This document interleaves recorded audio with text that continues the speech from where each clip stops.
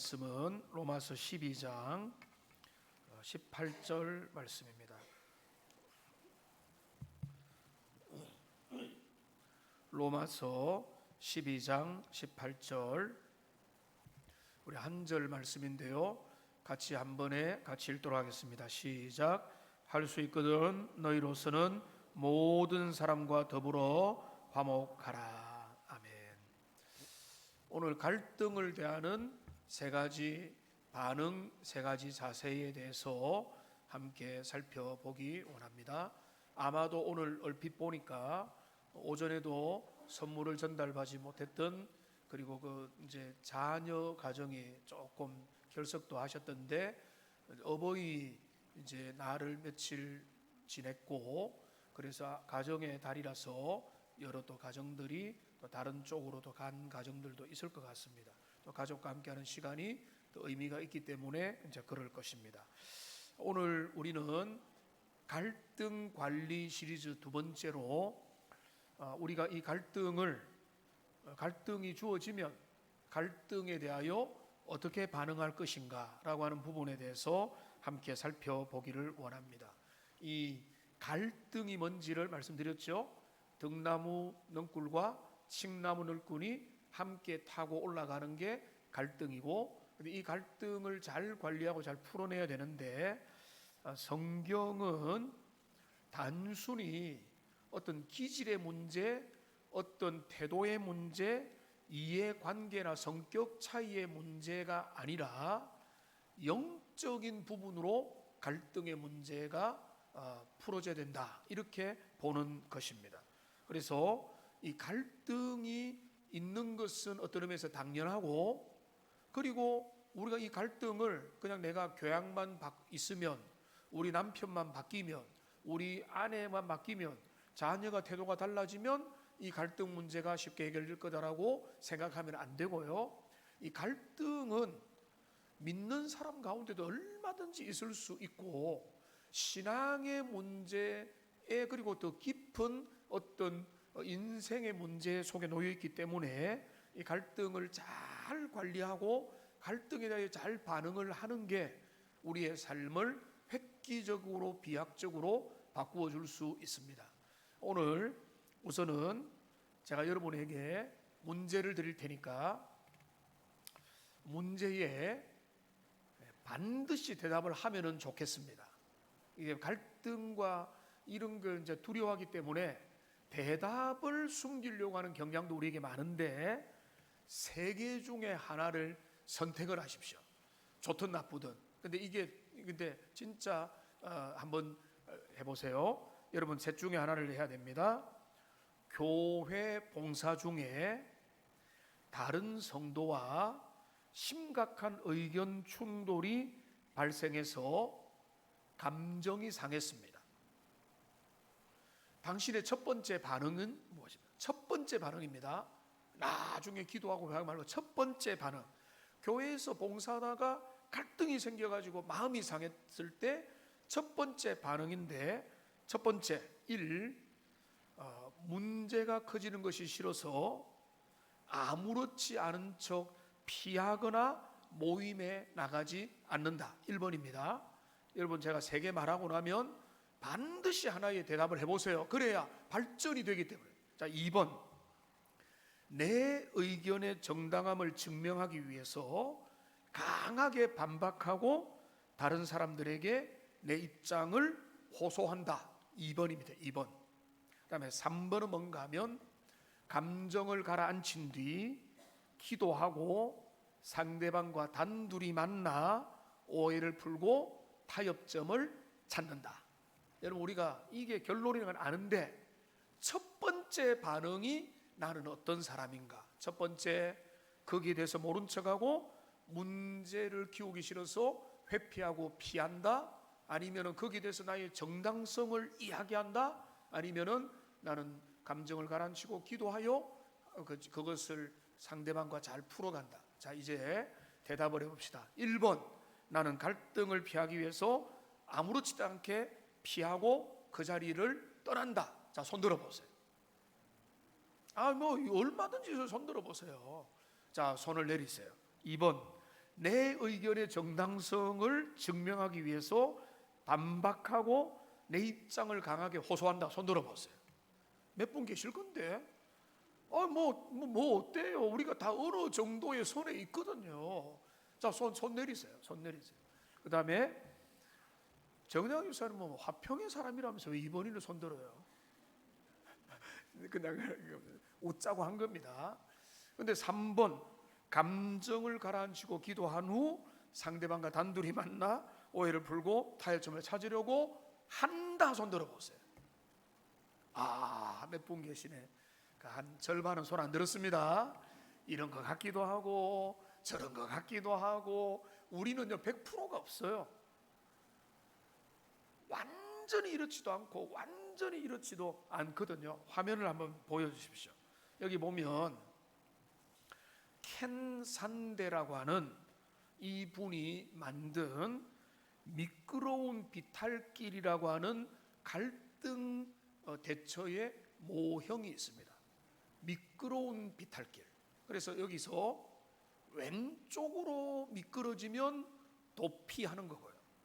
또 오른쪽으로 미끄러지면은 공격을, 다른 사람을 비난하고 공격을 하는 것이고, 그 중간에 뭐가 있는가 하면은 화평을 유지하는 삶이 있습니다. 여러분이 손을 든 용기가 있기 때문에 조금만 설명해 드릴게요. 자, 문제가 커지는 것이 싫어서 아무렇지 않은 척 피하거나 모임에 나가지 않는다. 이거를 뭐라는가 하면은 한번 따라합시다. 회피형이에요. 근데 그게 100% 회피형이다 이거는 아니에요. 어떤 사람은 100%, 500%, 어떤 사람은 50%, 어떤 사람은 40% 이렇게 되는 거예요. 근데 주로 갈등을 싸우기 싫은데 그 자리 피한다. 회피형입니다. 근데 문제는 뭔가 하면 이들의 특징은 갈등의 자리 자체를 싫어합니다. 근데 겉으로 평화롭게 보이지만은 문제가 뭔가 하면 내면에 쓴뿌리가 자라나는, 이거는 나중에 배워주세요. 내면에 쓴뿌리가 자라나는 것입니다. 그러니까 우리에게는 그 회피형들, 도피형들은 갈등을 정직하게 직면하는 법을 배워야 돼요. 그거를 안 배우고 회피를 하면 나중에 속병 나요. 마음속에 골병이 들어있어요. 그리고 더 심한 문제가 되어서 내 문제가 상처가 되고 내면의 아이가 고통을 받으면서 이상하게 한국 사람이 한이 많은 것처럼, 한이 죽은 남자에게 있습니까? 여자에게 있습니까? 여자에게 있죠. 여자 어른들에게 있죠. 왜 그렇습니까? 참고 살아왔어요. 너무 참고 살아. 성경적으로 건강하게 풀어야 되는데 회피하고 나만 죽으면 되겠지 하고 이렇게 갈등을 자꾸 회피하는 게, 그게 이제 문제 해결이 안 된다. 잠시는 잠잠해 있는 것 같지만은, 그런데 정직하게 직면해서 그 부분을 다루어야 됩니다. 어떤 분들 씩씩하게 잘했습니다. 내 의견의 정당성을 증명하기 위해서 강하게 반박하고 다른 사람 내 입장을 호소한다. 그 뭔가 하면 따라합시다. 공격형. 여러분이 나쁘다는 말이에요. 저도 굳이 들자면 3번이고 싶은 공격형인 것 같아요. 왜냐하면 내가 볼 때 맞는 거에 대해서는 나는 내 의사를 말하는데 남들이 보면은 너무 강하게 의사를 말하는 거 아니냐 오해를 하더라고요. 그는 내 의견이 아니라 이게 제일 좋을 것 같아서 막 의견을 말하는데 그게 공격형으로 비춰질 수 있어요. 계속 해명을 하잖아요, 제가. 이게 공격형의 대표적인 모습이에요. 그러니까 공격형이 뭔가 하면, 이들이 공격형으로 비치는 이유는 뭔가 하면 좋은 쪽에서 뭔가 하면 문제를 해결하고자 하는 의지가 강해서 그런 거예요. 그 문제를 잘 풀어보려고 하는 마음이 있으니까 의견을 자꾸 내는 것입니다. 그런데 문제는 뭐죠? 관계가 상해지는 거죠. 이렇게 가면 좋겠다라고 공격적으로 말하니까 남들은 이미 마음이 상해져 버리는 거예요. 그러니까 공격형들은 자기를 잘 돌아봐야 되는 게, 그러니까 내가 어떤 올바른 주장을 할 때도 내 마음에 숨어 있는 교만과 야망과 이기적인 욕망이 없는지를 잘 해야 됩니다. 그런 것들이 없을 때는요, 아주 강하게 말하는 것이 그리스도의 의가 될 수 있고 비누하우스의 용기가 될 수도 있는 거죠. 그거는 아주 좋은 쪽으로도 활용될 수 있고, 그러니까 공격형이든 회피형이든 그게 단점만 있는 게 아니라 다 공격하면 불이익이 어떻겠습니까? 가정에서, 공동체에서 다 도망가가면 일이 되겠습니까? 어떤 사람은 좀 더 주도적이고 어떤 사람은 갈등을 잘 관리하고 하는데, 근데 세 번째도 손을 몇 번 들었는데 아주 훌륭합니다. 그게 성경적인 건데, 그게 뭔가 하면 한번 따라합시다. 평화 조성형. 그러니까 평화를 만들어 가는 거죠. 그러니까 이들은 감정을 가라앉히고 기도한 후 상대방이 개인적으로 만나서 오해를 풀고 타협점을 찾아간다. 이게 평화 조성형 피스 메이커가 되는 건데요. 이거는 제일 성경적인 방식이라는 겁니다. 그래서 이 도표를, 다시 간단한 도표를 보면 그는 갈등의 세 가지 방향이 있다는 것입니다. 그런데 이게 비탈길이 심해서 어떤 사람들은 너무 왼쪽으로 치우쳐서 회피. 그러니까 인간관계에 있어서 갈등을 마주하지를 않는 거예요. 그러니까 문제는 없지만 해결도 없는 겁니다. 그냥 나는 편한 데만 찾아다니는 거예요. 그다음에 어떤 사람들은 잘해보려고 여기에서도 이야기하고 저기에서도 이야기하는데 그게 지나치게 강성으로 비춰가지고 사람들 관계 속에서 틈이 벌어지고 분절이 되고 거기에서 갈등이 더 공격적으로 느껴질 수가 있고, 그 다음에 이제 화평형은 이제 그런데 그게 아니라 모든 상황에서 잘 조율을 해가는 것입니다. 자, 먼저 첫 번째로, 자, 도피적 반응. 이 반응은 뭔가 하면 이들은 평화를 가장하는 자들입니다. 계속 도피가 계속되면 그거는 평화 뒤에 숨어서 상처 입거나 정죄하거나 내면의 쓴뿌리가 계속 자라게 되는 것입니다. 이거는 도피거든요. 그런데 이 도피는 창세기 3장 8절에서 10절에 보면 하나님 앞에 죄를 지었을 때 아담과 하와가 여호와 하나님의 얼굴을 피하여 동산나무 가운데 숨어 있는 것입니다. 하나님이 네가 어디 있느냐라고 할 때 아담이 말하죠. 내가 벗었으므로 두려워하나이다. 저는 궁금증이 있어요. 아담이 하나님 앞에 나와서 하나님, 제가 실수했어요 라고 하면 어떻게 했을까요? 어떻게 했을까요? 제일 궁금한 것 중에 하나님이 너 안 돼 했겠어요? 저는 조심스럽지만 제3의 길을 마련해 주셨을 수도 있다. 왜냐하면 은혜와 회개, 사죄는 우리 주님이 주시는 복이니까. 그런데 그는 그 길을 마다하고 굳이 자기의 동굴 속으로 도망가 버렸다는 거죠. 그러니까 이거를 뭐라고 하는가 하면은 가짜 평화. 요즘에 이제 젊은 사람과 전 세계로 문제가 되는 게 뭔가 하면은 딥 페이크 기술이 발전을 한 거예요. 근데 딥 가짜 평화, 피스 페이킹입니다. 피스 페이크. 평화로운 것처럼, 문제 없는 것처럼, 행복한 것처럼 겉으로는 평화를 유지하는 것 같지만 속에는 평화가 없는 겁니다. 그게 이제 회피형들이 마주치게 될 지속적인 문제입니다. 그러니까 인생을 회피로 계속 가다 보면 내가 하나님 앞에 인간관계 속에 배우자와 자녀와 부모와 내 인생의 또 친한 친구들과 정면으로 갈등에 대하여 아주 건강하게 다루지를 못하기 때문에 회피로 가다가 결국은 어떻게 되는가 하면은 위장 평화 속으로 들어가게 되는 것입니다. 주님이 원하는 길이 아니죠. 두 번째는 공격적 반응입니다. 자, 공격적 반응은 이 극단으로 갈 때를 말하는 겁니다. 공격적 반응은 당연히 피스 브레이킹이 되는 거예요.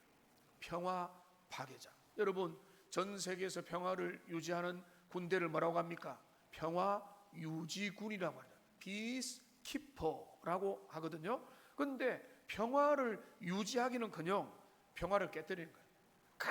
그래도 이게 맞잖아. 이게 맞다니까. 왜 이 말을 안 듣냐? 근데 그 사람은 열정이 있죠. 그리고 그 사람은 꼭 자기를 수익을 위해서 하는 말도 아니에요. 그런데 의도와 목적과 일들이 되기 위해서 관계를 많이 무시하게 돼요.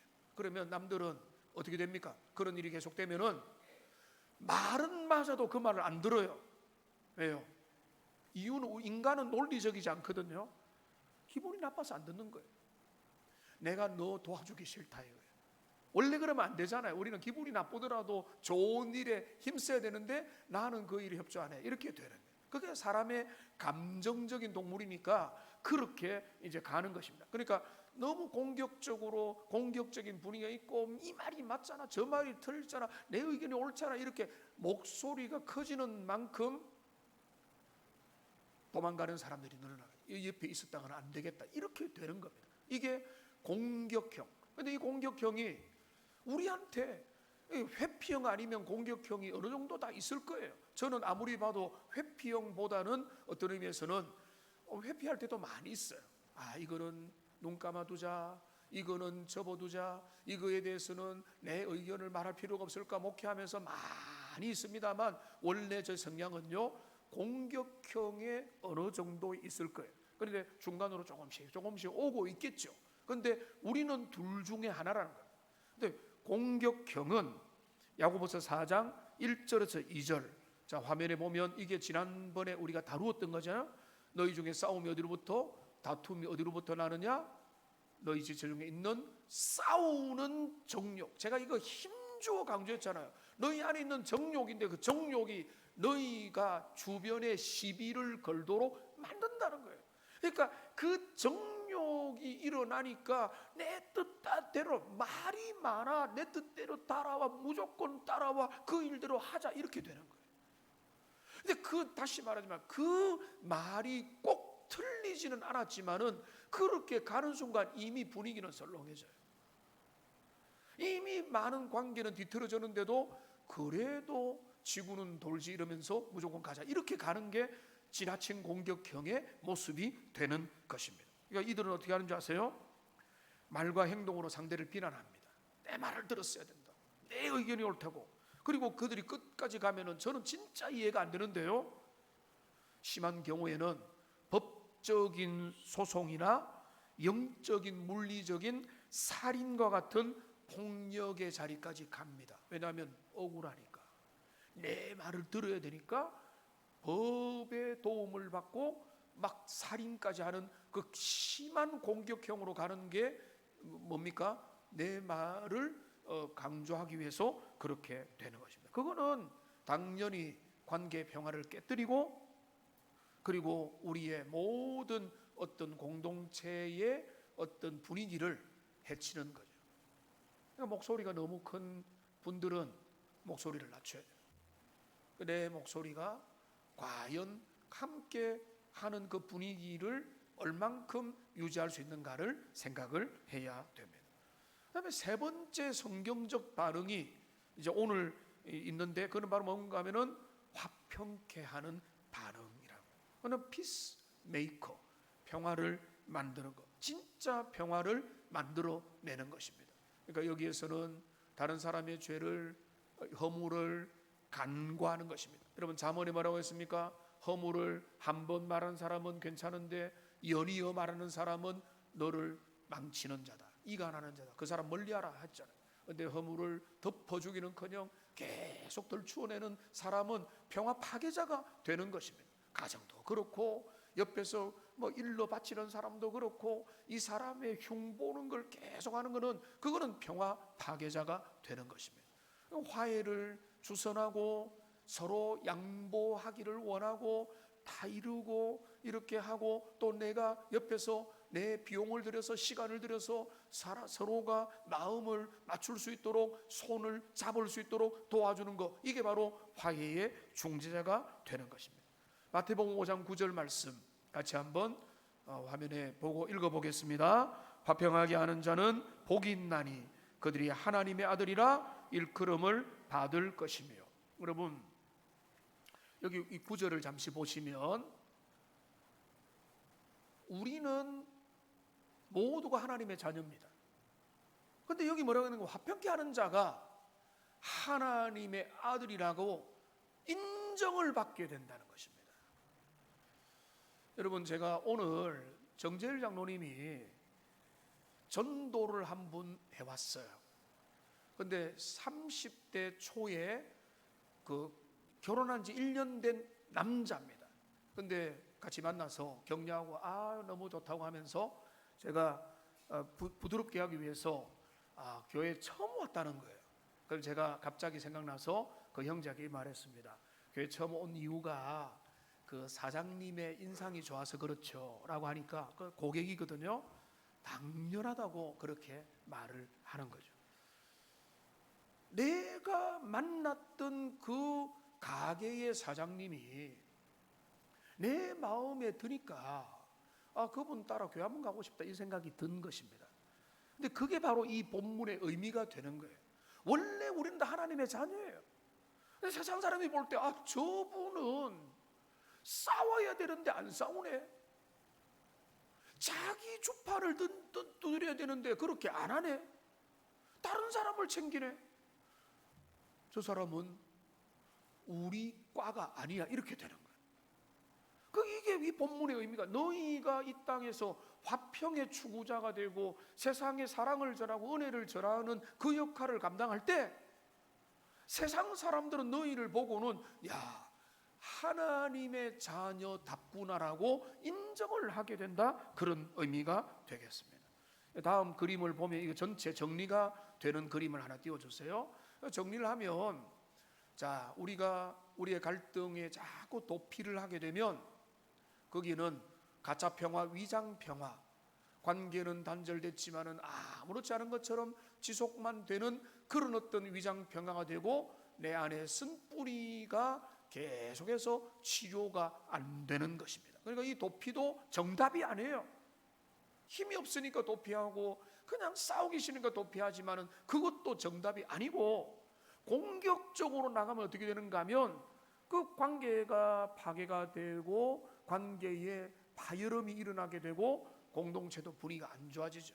너무 가정에서도 핏대를 세우고 자기 주장만 강하면은 그게 어떻게 분위기가 아름답게 되겠습니까? 그런데 그 화평의 포지션을 딱 가지고 갈등의 문제를 대하면 거기서 어떻게 합니까? 정직하게 대면을 하면서 그 문제에 대하여 하나님이 주시는 은혜와 힘을 따라서 이 문제를 바라보고 관계가 그래도 회복의 가능성을 향해서 나가게 되는 것입니다. 여러분, 그러니까 우리가 화평케 하는 자로 살아간다는 것은 한마디로 말하면 우리의 갈등의 한복판에 살아계신 하나님을 초청하는 일이 되는 것입니다. 그건 신앙의 행위죠. 나는 내 편한 대로 살래. 그러면 안 됩니다. 이제까지 살아온 거 편한 대로 살래? 안 됩니다. 여러분은 회피해도 안 되고 공격해도 안 됩니다. 주님이 원하는 대로, 거기에서 주님이 원하는 대로 우리의 관계를 새롭게 만들어 가야 됩니다. 두 가지만 적용하고 이제 마무리하겠습니다. 그러니까 우선 어떻게 하는가 하면은 나의 반응을 한번 잘 돌아보고 점검하기 바랍니다. 여러분, 용기 있게 손을 이 방향에도 저 방향에도, 손 안 들은 분들도 여기 아니면 저기예요. 중간에 들은 분들도 그렇게 진짜 잘하고 있는지를 한번 돌아보면 좋겠고, 우리는 어떤가, 나는 어떤가, 나는 거기에 대해서 회피를 하면서도 나는 평화주의자야 라고 말하면, 제가 개발한 단어가 있거든요. 옛날부터 개발한 단어가 있습니다. 피스 메이커가 아니라 피스 시커인 거예요. 분위기 좋은 데만 찾아다니는 거예요. 문제 없는 데만 골라다니는 거예요. 문제 없는 교회, 여기 분위기 좋네, 여기 물 좋네, 여기 상태가 좋네, 거기만 따라다니고, 그거는 주님이 원하는 진짜 평화의 사람이 아니라는 거예요. 그러니까 우리를 반응하죠. 내가 너무 공격적이다 하면 훨씬 덜해졌다.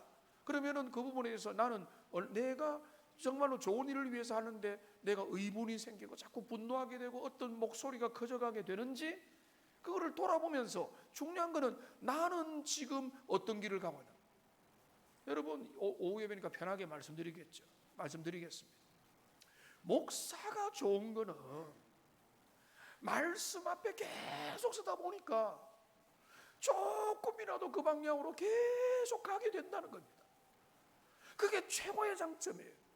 여러분도 마찬가지 않습니까? 하나님 앞에 계속 있기만 해도 우리가 조금씩 착해지잖아요. 안 그렇습니까? 다 그렇잖아요. 조금 어떨 때는 너무 더디고 어떨 때는 안 그런 것 같지만 주님이 계속 우리를 그리로 데려가시는 게 우리에게 최고의 좋은 점이니까 우리가 어떤 기질이 어떤 성향이다는 안 바뀌어요. 근데 그 성향과 기질이 그리스도 안에서 어떤지를 잘 파악을 하면 거기부터 변화가 일어나요. 그리고 그 변화를 통해서 한 걸음 한 걸음 주님 앞에 가게 되는 것입니다. 그 다음에 두 번째로는요, 나의 편안함보다 하나님의 주권 앞에 모든 것을 신뢰하십시오. 내가 이것을 과하게 주장하지 않아도 주님의 뜻은 이루어진다. 내가 이것을 강하게 추진하지 않아도 주님이 원하는 아름다운 뜻은 더 잘 될 거다. 여러분 그런 경우 많지 않습니까? 열심히 했는데 잘 안 되고 어떤 거는 하나님 앞에 맡겼을 때 주님이 그 일들이 잘 되게 하시는 경우도 있잖아요. 그러니까 우리의 삶의 모든 것들을 내 통제 속에만 모든 것들을 다 하려고 하지 말고 많은 걸 맡겨놓고 내 자녀도 며느리도 그리고 내 어떤 인간관계도 좀 때로는 내려놓고 주님이 일하실 부분을 여지를 남겨놓고, 그러나 우리는 너무 회피도 하지 말고 너무 공격도 하지 말고 그 삶 가운데 하나님의 주권을 인정하면서 배우자의 관계나 자녀와의 관계나 또 소통의 관계. 여러분 우리 아들 없죠? 있나? 있어도 할 수 없는데 자녀와 한 번씩 갈등을 요즘에는 거의 없어졌습니다. 근데 사춘기 때는 있을 때 강하면 부러지고요. 근데 부모가 그 모든 것들을 마음에 내려놓고 자녀를 자녀의 모습으로 사랑하면서 아들아 하면은 언제든지 돌아와요. 이제까지 그래왔고 다음에도 그럴 것이고 그럴 건데 하나님과 우리의 관계도 그렇고 우리의 모든 관계가 다 그렇지 않습니다. 이 말씀을 맺겠습니다. 오늘 결론은 이겁니다. 갈등의 한복판에 하나님을 초청하라. 여러분 우리의 갈등 없을 수 없잖아요. 기질이 다르고 성질이 다르고 남녀가 다르고 뭐 생물학적인 관심이 다르고 나이가 다르고 세대가 다르고, 그러니까 세상 가운데는 갈등투성인 거예요. 교회 안에 믿음의 사람으로 와 있지만 우리도 다 다르잖아요. 제가 어떤 영어 공부를 우리 딸 때문에 조금 그냥 쉬는 시간에 좀 하다가 재밌는 문장을 하나 발견했어요. 씨브라라고 하면은 얼룩말이잖아요. 근데 그게 이제 교차 확인은 아닌데 얼룩말의 패턴이 똑같은 얼룩말이 하나도 없대요. 우리는 볼 때 똑같이 보이는데 얼룩말의 얼룩들이 다 다르다는 거예요. 사람의 지문이 다른 것처럼. 그러니까 심지어는 어떤 학자들은 그 얼룩무늬 패턴을 보고 그 어미나 부모가 그 새끼를 알아본다. 이렇게까지 주장을 하는 것을 이번에 처음 알은 거예요. 그런데 우리도 다 다릅니다. 가장 가까이 있는 사람도 다르고, 그 며칠 전에 본 유튜브에 보면은 쌍둥이로 태어났어요. 그런데 그들이 한 4, 50년 인생을 지나고 나니까 딱 보면은요 알 수가 없을 정도로 달라졌어요.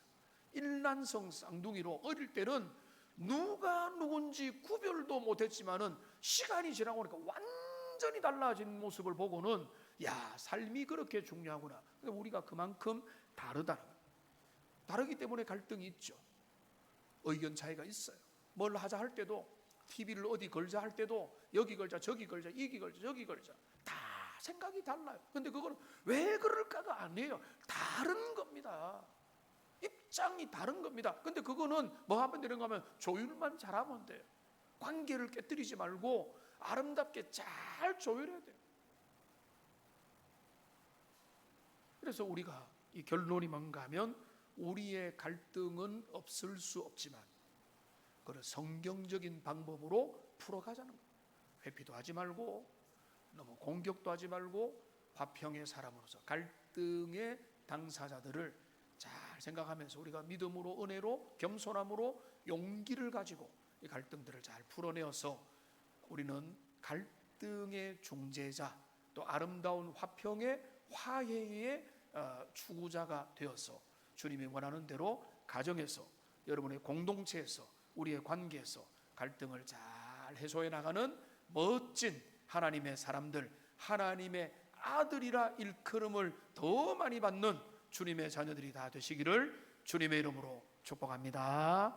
기도하겠습니다.